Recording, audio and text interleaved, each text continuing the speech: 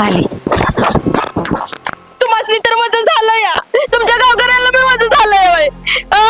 मला कसं सोन्याने भिजवलंय. कसं भिजवलंय? आता कसं वाटतंय? वाटतंय आता कसं वाटतंय?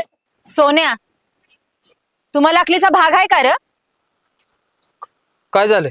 अशी मोठाची चेष्टा करता वय? अरे ती आता परत कशी बशी वाढीत राहायला तयार झाल्या. तू नक्की मॅटर सोडी होतोय का वाढी होतोय?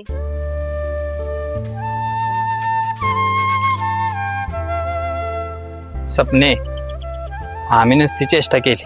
आम्हाला काय माहिती मामी सिरियस गेलो म्हणून. जाऊ दे, सॉरी, चुकलं बरं का आमचं. मामी माफ करा. चला रे.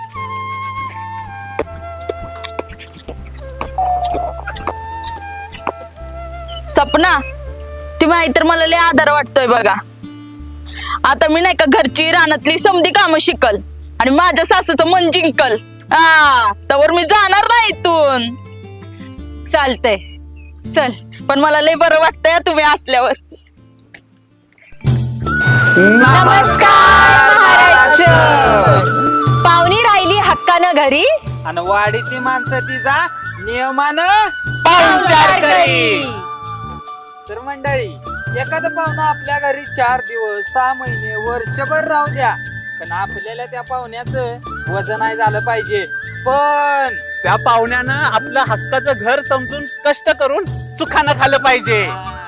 तर मंडळी, तुम्हाला आजचा आपला एपिसोड कसा वाटला हे आम्हाला कमेंट्स करून नक्की सांगा. आणि आपल्या गाववाडी प्रोडक्शन या युट्यूब चॅनलला सबस्क्राईब करा लाईक करा, शेअर करा आणि कमेंट देखील करा.